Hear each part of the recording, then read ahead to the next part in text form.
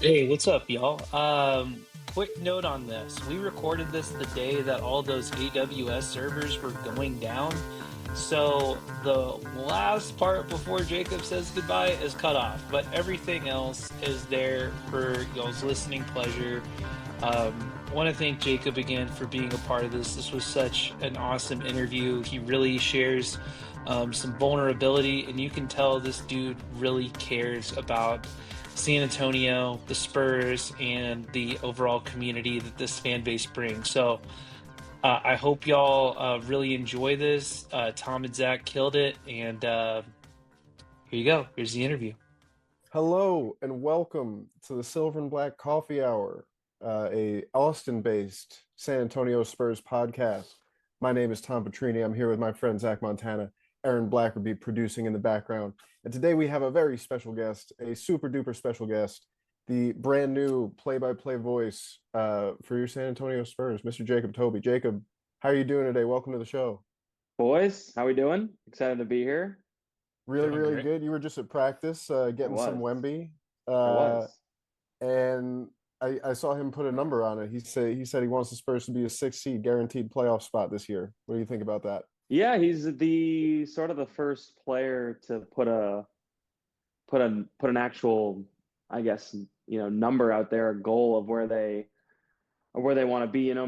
Coach Mitch talked about it before Wemby got up there, and I think the overarching theme is that they just want to be better than last year and continue to grow and get better. And that may not be the most exciting answer to fans, but I think it just makes sense, in terms of it being a young team and still trying to find that identity.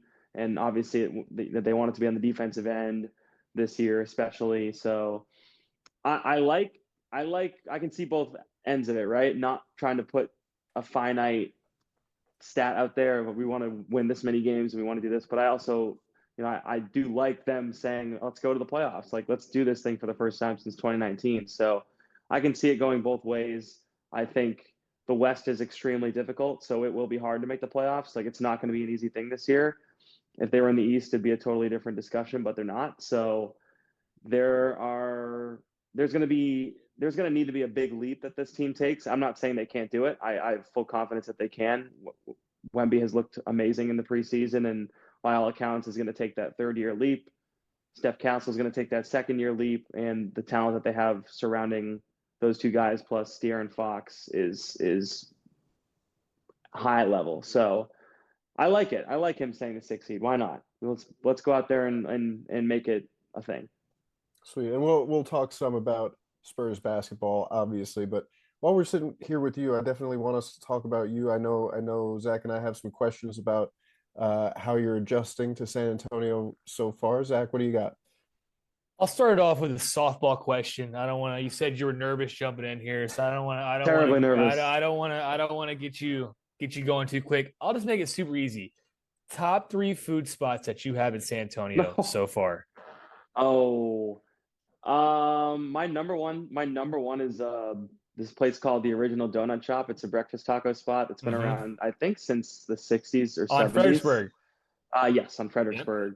That is probably my favorite spot. I usually get three or four breakfast tacos and then a homemade glazed donut. That's like a Saturday morning thing. At least the last couple Saturday mornings I've been doing that. That is like my number one spot right now. I will say, just because it means a lot to me, just because that was where I met Sean for the first time, I will say Bar Loretta, which Okay. is in the King William neighborhood. It's a really cool, chill restaurant. It's one of Coach Pop's favorites. That's actually where I met him as well there for the first time. So Bar Loretta is up there for sure. And I would say, what's my third? This is like there's a lot of options, so I don't know if I can pick a third one. I right now there's this taco truck that I really love. Um, I it's called Mini Taco.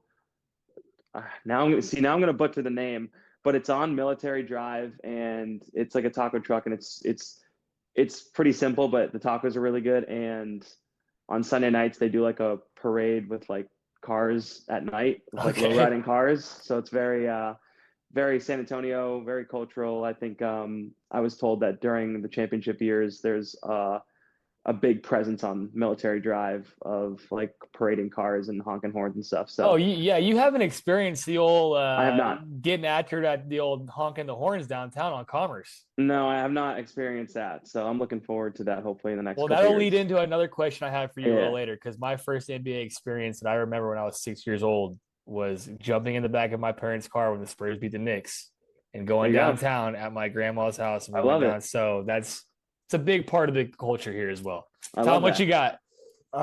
Just as a fellow Northeasterner, I've got to ask, how's the transition to Texas going, and any culture or temperature shocks? Because when I moved from Boston to Texas, it was certainly a little bit different. I know you've been to Tulsa and Denver, but what makes San Antonio and Texas different than anywhere you lived before? Well, I would say I'm not culture shocked just because you mentioned that I've been around the block a little bit and lived in different places, and especially like I've lived in Spain, so that was the most shock I'll ever feel in my life that was when I was 20. So I'll never be as culture shocked as when I was living there, speaking only Spanish and not really having any friends. So nothing will ever break me like that. But it's the heat that breaks me.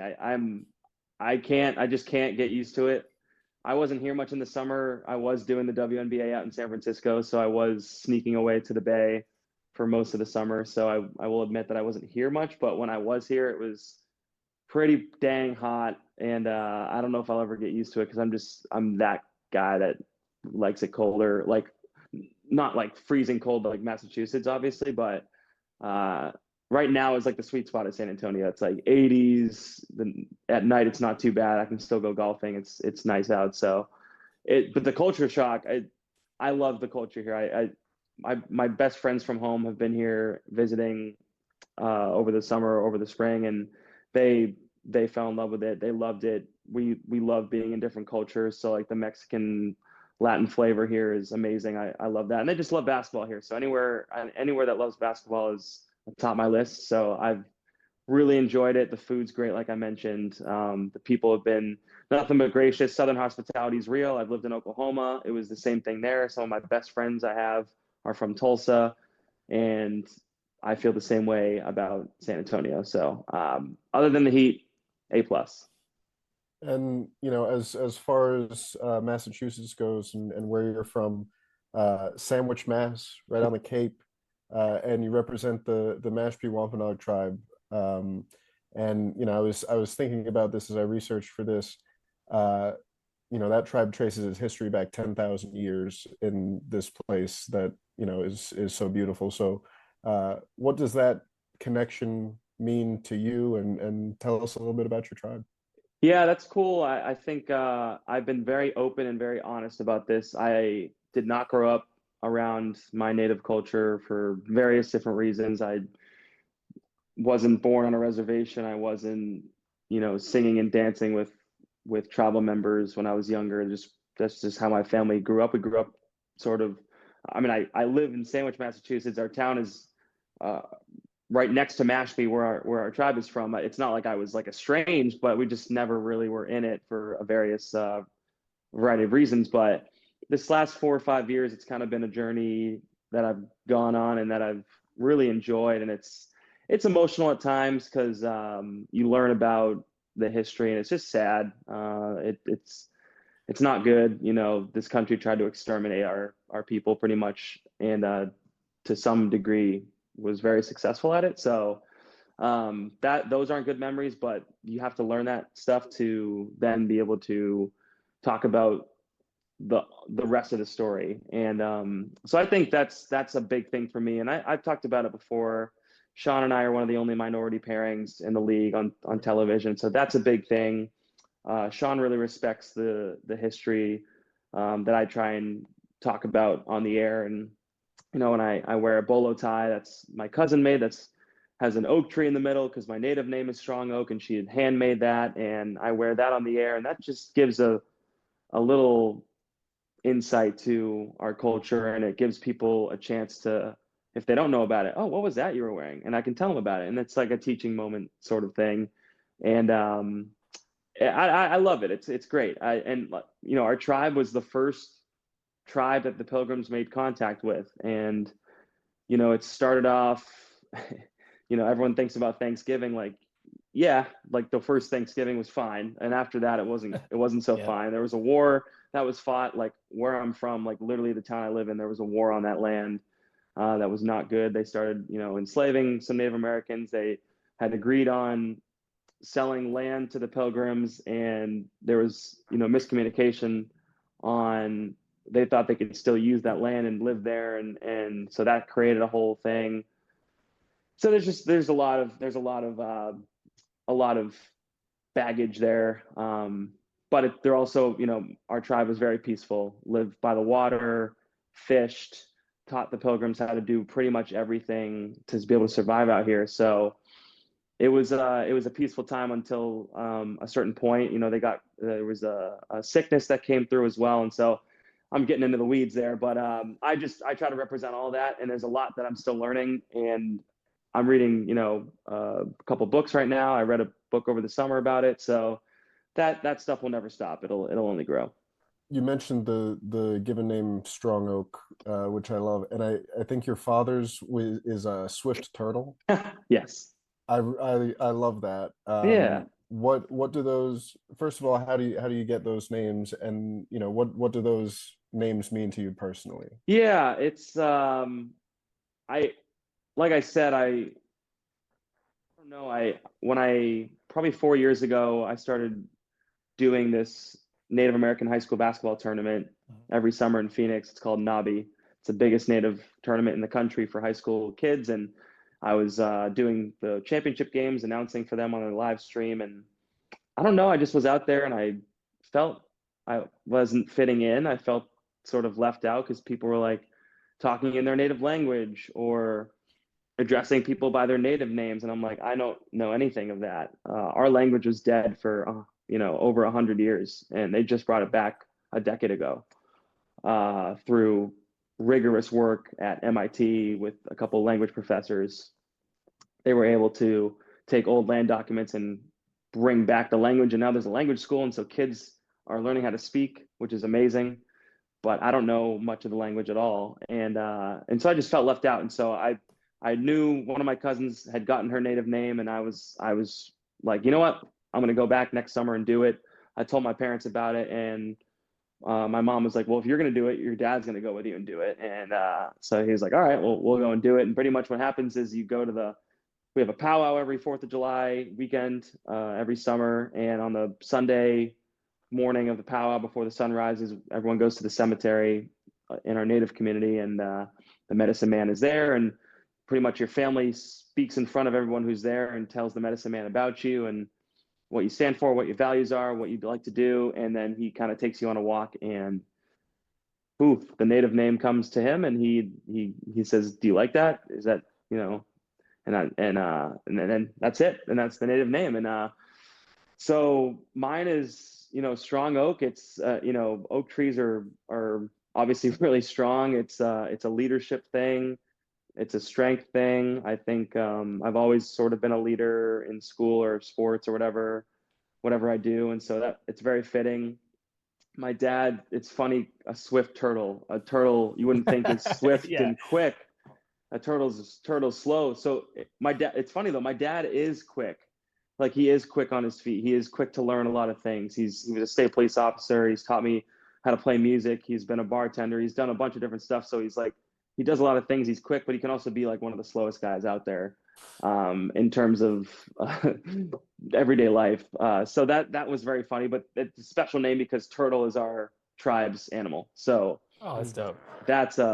that's a special name, and a ceremony we'll never forget. I mean, my dad and I were in tears during it. And only, you know, my mom and my girlfriend were the only other two people that we knew that were there. So it was special. So, and when Sean calls me, it's awesome because he loves to learn about that stuff and use it. I take there's no not a lot of pushback for what the medicine man gives you a name. It's kind of like it sticks. Is that how it works? Or Yeah. I mean, I guess you could theoretically say, no, I don't like that. But I didn't do that, you know. And he actually said to me, he's like, you may not understand it fully now, but you'll eventually understand. And I was like, oh, okay. yeah, it was cool. That's awesome, man. So it seems like you're learning a lot about yourself for the last 4 years. Yes. What did you learn over the first full season of your NBA play-by-play and WNBA career? Yeah, I learned a bunch of stuff. I mean, my career up to this point before the NBA was covering everything: college football, college basketball, NFL, Major League Baseball, the NHL to a certain extent, because I was working as a news sports anchor. So I had to cover just the day's news. And so then I would start and break away and do college basketball play-by-play. And so I started learning the college game.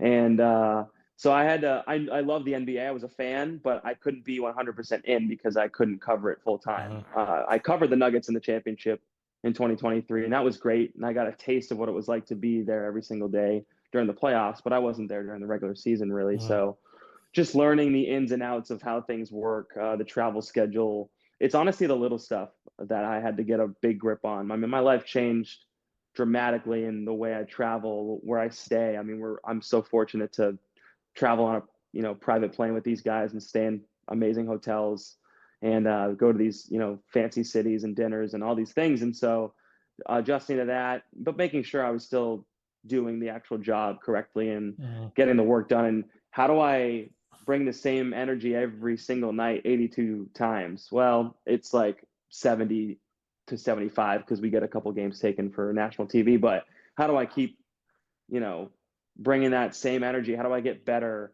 The do's and don'ts of the job, like all these things were a learning curve. And then not only that, just having to learn the history of the Spurs. With the Valkyries, actually was easier because there's no history with the Valkyries. It was their first season in the WNBA, so we were creating the history. So I didn't have to catch up on anything. I had to know the players and their backgrounds, but that's easy.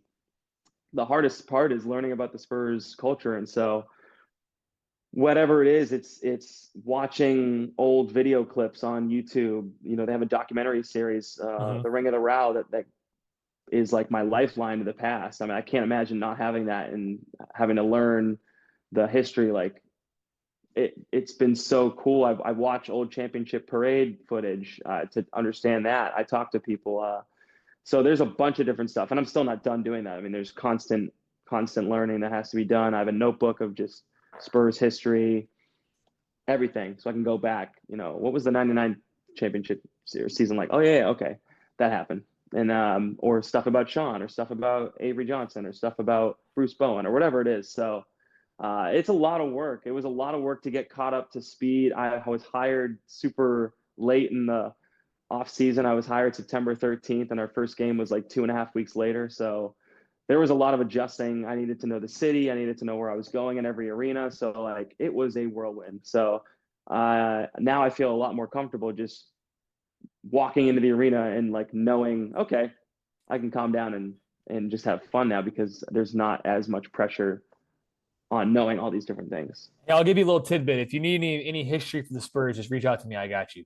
Got it. I'll for sure do that. I was gonna say I'm sure Sean's got you on 99. Well, and his part. Yeah, I mean, like that's the best part too, is that I get to sit on a plane with him, and so he's told me a bunch of different fun stories through the years. Some I'll share and some I won't, but because that's how it goes. But yeah, exactly. But that stuff, just talking to people off to the side, some of the newspaper guys, like they know, like they've been around for a while, so I try to pick their brain a little bit. So it's just from every aspect of it, and it's hard. It's hard to come in as a guy from the East Coast who didn't know much about the Spurs. And I give them a lot of credit for wanting to hire me because they could have picked someone that was from here or picked someone that was more established, but they didn't. And so I'm, forever grateful for that. You are, I think, the youngest play-by-play TV announcer in the league, or certainly one of them. And it's impressive to anybody, but especially as somebody who has pursued this as a career for a long time. I know, and you know better than most how difficult it is to get these jobs. There's like 400 guys in the NBA. There's like 30 play-by-play guys. And yeah, some one of those guys. Some may say it's harder to be an announcer than it is a player. Right. Don't talk too much because they're statistically. gonna get us on the court and it's gonna go bad. I Yeah, know you no. got some big Obviously, game. it is obviously harder to be an NBA player than it is to be an But announcer. the thing is, like on a numbers way, like I know that you have put as much into this as those players put into their game, right? Oh yeah, It's nobody sees the before. I mean, some people do because they were watching my career, but no one's gonna remember that I would drive 3 hours in Oklahoma to go call a junior college basketball game for a live stream on Facebook Live that maybe, a couple hundred people were watching, maybe. I was gonna And say a that, couple hundred's good. maybe it was that. Maybe it was that. And no disrespect to those junior colleges, that there's some NBA players that have played junior college basketball. Maybe the most famous one is Jimmy Butler. And they're really good. That's how their career goes, right? And so the same thing with my career. No one's going to remember that. No one's going to remember me doing Division III basketball at my college. No one's going to remember me doing Division II basketball in Denver. I remember these things because I did them. No one's going to remember sacrificing my PTO time at my news station job to go off and fly to Oregon and do a college basketball game and come back the next morning and go to work literally from the airport to the station, work at 9 to 5, and then go home and get up the next day and go back to the news station. Like, no one's going to remember a Saturday where I had to anchor the late shows at the news station, but I was calling a college basketball game in Boulder at 3:00. Game got over, rushed to the station, put together a sportscast and go on the air and do, like, no one's going to remember that stuff but me. And that's how a lot of these players feel, is that the stuff that you don't see is what makes them great. And so there were times, guys, like, where it means so much to me. And that's how you really, truly, I think, get to this point, is that it just means more to you than it does to the others. And I told RC Buford that to his face in the interview. I said, no one will love this more than me. I can promise you that. And I was almost tearing up talking to him, because it does mean that much to me. I would cry myself to sleep. Why, I want to get there so bad. Like, can it just happen now? Can it just happen now? I would get upset if I didn't, get an NBA job when I had a couple interviews prior. Like, it does mean so much. It means that much still. I just think it's such an empowering thing to say that you love your job, and I wake up every day and I literally I cannot wait to get to work. Not a lot of people can say that in the world. So all that stuff in the past builds to this. And again, there's like a magic formula, in my opinion. You have to have talent, obviously. You have to put in that work. You have to be the hardest worker in the room. And I think I was in college and everywhere I've been in my career. And you also have to get a little lucky. You do. I mean, Bill Lamb retired, amazing guy. I knew some of the Spurs people, and it fit into the timeline. Sometimes it doesn't work out, sometimes it does. So that's the formula that I kind of talk to a lot of people about. I mean, luck is preparation meets opportunity, right? Yeah, And exactly. I think you've definitely prepared well for this, and you've had some good sportscasting role models in your life, some mentors, and also, I mean, you got the privilege of growing up watching Celtics games called by Mike Gorman and Tommy Heinsohn. So can you spend a minute and explain their significance and style and what Tommy points are? Yeah, I don't know. It was just like an everyday life thing. You grow up in Massachusetts, you watch the Celtics every night. Like, that's just what you do. And same thing with the Spurs. I mean, you love your team, you love your announcers. I wanted to be Mike. I mean, I still want to be Mike. Mike was the voice of the Celtics for 40 plus years, 40 years. I mean, crazy. And him and Tommy, it was just this relationship that the bond that you would never break. And a Tommy point is when somebody, does something amazing, and Tommy would always love it. And he would just, yell out, Tommy point. And it's like, if you dive on the floor for a loose ball, if you block a shot, running back on defense, and you make that hustle play, like, those are Tommy points. And I I just revered them more than anybody else. Like I knew I wasn't going to be a player, and so I just wanted to be like Mike Gorman, not Gorman. Jordan. Yes. Uh, And Gorman is maybe a bad example for this, but I felt the same way growing up, on Long Island. I was watching Sports Center. I had that dream as a kid. I was like, I want to do that job. Like, and I'm like, Dad, why don't they talk like us? And he yeah. basically was like, you got to have a non-regional dialect. And I noticed there's not a lot of like, mass in your accent. Is it something that No, comes back, or have you completely? I don't know why I never really talked with an accent like that. My parents do for sure. If you meet my mom, and I make fun of her still when I'm on the phone with her, like, what? We're like, really? You're still doing it? And I hear it way more when I'm away for a while.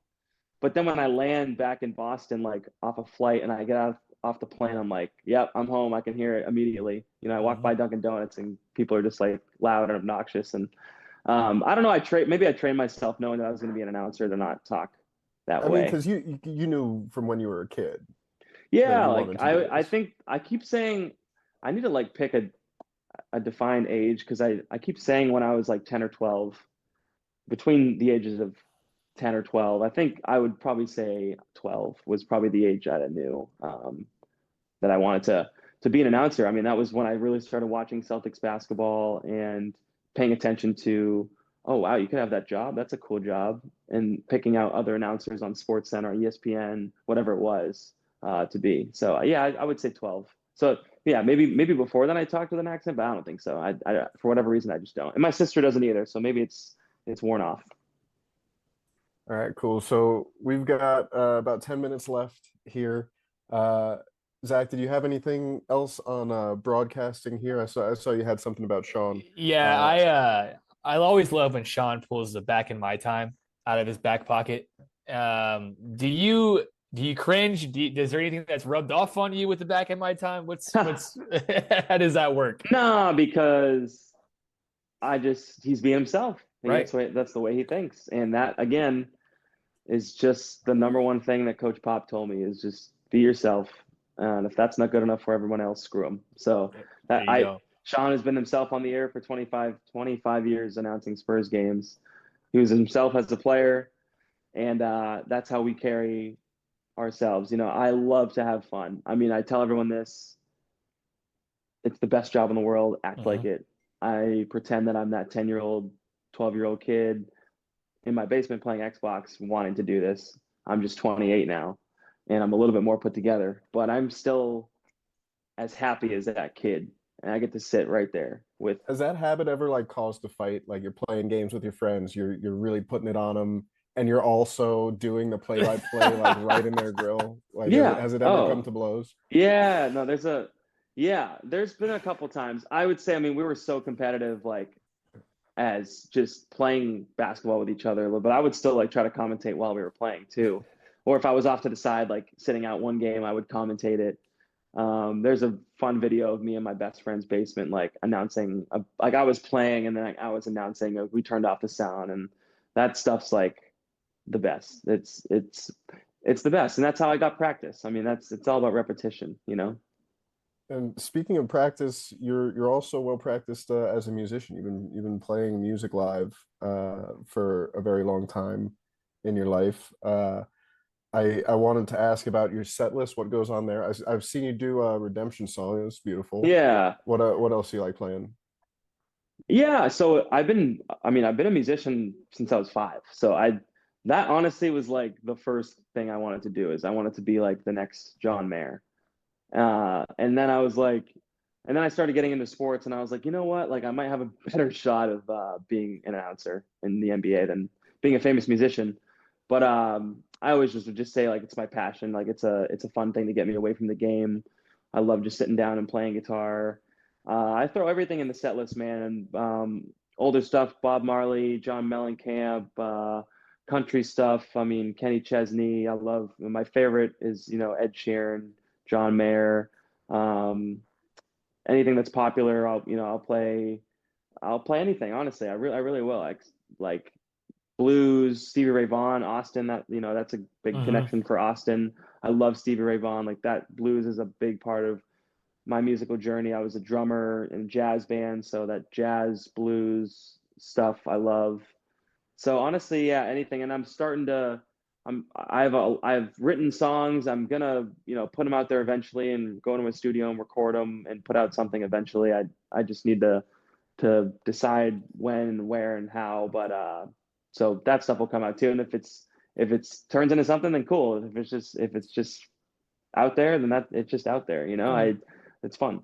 We'll get you and AB in the studio together. Yeah, Aaron's in the chat saying He's like, don't forget about me. Yeah, no, I'm down for that. I co-sign. He's an extremely talented musician. Heck yeah.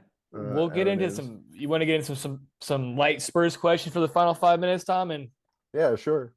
I will start with I mean, we got to talk about it because everybody's talking about back to the Celtics, right? That media game, media versus coaching staff, right? I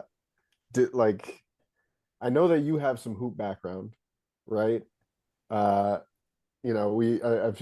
seen you out in the community hooping with Spurs fans. Hell yeah. How do you think that would go? Spurs staff versus they're a really good staff. They have such a good staff. I mean, they have I think one of the guys on the staff was like a former Big 12 Defensive Player of the Year. So they have Rashad Lewis. They have Rashad Lewis. Yeah, he's like a 3-time All-Star, I think, or something like that. So that's tough right off the bat. And he's like 6'9", so his release is always, he's always so high. So that's a tough one. I am a confident son of a gun, and so we were at practice today, and they were like, "You guys wouldn't score a point," and I'm like, I know I would score a point because I know I would at least get a fast breakaway layup, like at least one. I have speed. That is my game. I'm a quick guy on the court. I may not, shoot it lights out, but I'm gonna get to the rim at some point. So I think I would score 1 or 2 buckets. If Sean plays, which he said he would, he's not going to burst to the rim or anything, but he'll shoot still. So I think he hits a couple threes. So would we score more than the Celtics media? I think so. Oh, yeah, definitely. But would we win? No, obviously we would not win. It'd be tough. It'd be really, really tough. They have all their guys are tall. I mean, literally every single one of their guys, except for Curtis, who's one of the video guys, but he's so strong. So it wouldn't matter. But I think I'd get a couple buckets in there, but that's just me being confident and probably too cocky. Well, we're media now too, so you'll have us on the team. Don't worry, we got you, man. So let's just say we got us 4, me, you, AB, Tom, and Sean out there. It's a 2-part question. How bad or good does that look? And also, we have 3 minutes left. Wemby gave us a prediction on his seeding this year. What is your outlook on the Spurs this year? On our basketball court play and the Spurs basketball court play. It's a 2-parter. I think we'd be a good team. I mean, I don't know I'm not a point guard, so I don't like running point. I hope one of you guys is. I got you. Facilitate right here. I like getting the ball. I don't like giving it up. So. Nah, I'll facilitate all day. I'll get everyone ready to go. My high school buddies will kill me if they hear that because they'll be like, "Yep, it was true. He didn't pass." Calling his own number. I'm sorry. I got to interrupt this real quick. Zach does not facilitate that well. I will facilitate us very well. This is ridiculous. Anyway, I will facilitate. Back to from the top rope. Back to there. All right, I'm a stretch big. I got y'all, all of y'all, and I'll be raining down. You just worry about guarding Corliss Williams. Yeah, guard Corliss Williams. Absorb some of that impact in the post. Aaron's like Jokic, apparently, a big man passer. He is. He can play. He can hoop. It's like playing against a sweaty side of beef that can drain threes and I love it. Drop dimes. It's incredible. I love it. In terms of the Spurs, I agree with Wemby. I think that's not off the table. I think it's gonna take a lot of work, and they're gonna need to win. At least 10 to 15 more to get around that 6th seed. I think it's possible though, especially if Wembanyama stays healthy. Harper looks like he fits right in and is not scared. He gets more minutes and he starts rounding into what we think he can all be. Everyone forgets about De'Aaron Fox. Dude scored 60 points with a messed up finger last year. When he gets healthy, health is the main thing, obviously, with any sport, any team, any athlete. How healthy are you? But I think that's a realistic goal. I think fans will say, a 3 seed, 2 seed. I'm like, all right, maybe that'd be magical. That'd be a magical season. I just, you have to take some steps in the right direction. I think, 6 seed would be great, but I'm going to echo Mitch's thing, man. Just keep getting better, keep growing, keep showing that you have that nucleus and build that around it. But they got some great vets, and I'm just hyped to be on the train, hyped to be on the ride. Jacob, thank you so much for spending some time with us today. This is really, really awesome getting to talk to you. Our shot clock is winding down here. But yeah, I just want to tell you, congratulations, man. I know what an opportunity this is, and I'm very, very excited for you to have the opportunity to come with this team on this ride, man. With such a fun player like Wemby, you get to be the soundtrack of a really, really amazing time in Spurs history and sports history. So congratulations to you, my friend. Thank you. That doesn't get lost on me. I think as all play-by-play people will tell you, we feel a great responsibility to live up to the moment and document the game in the right way. We just want to celebrate and educate the game of basketball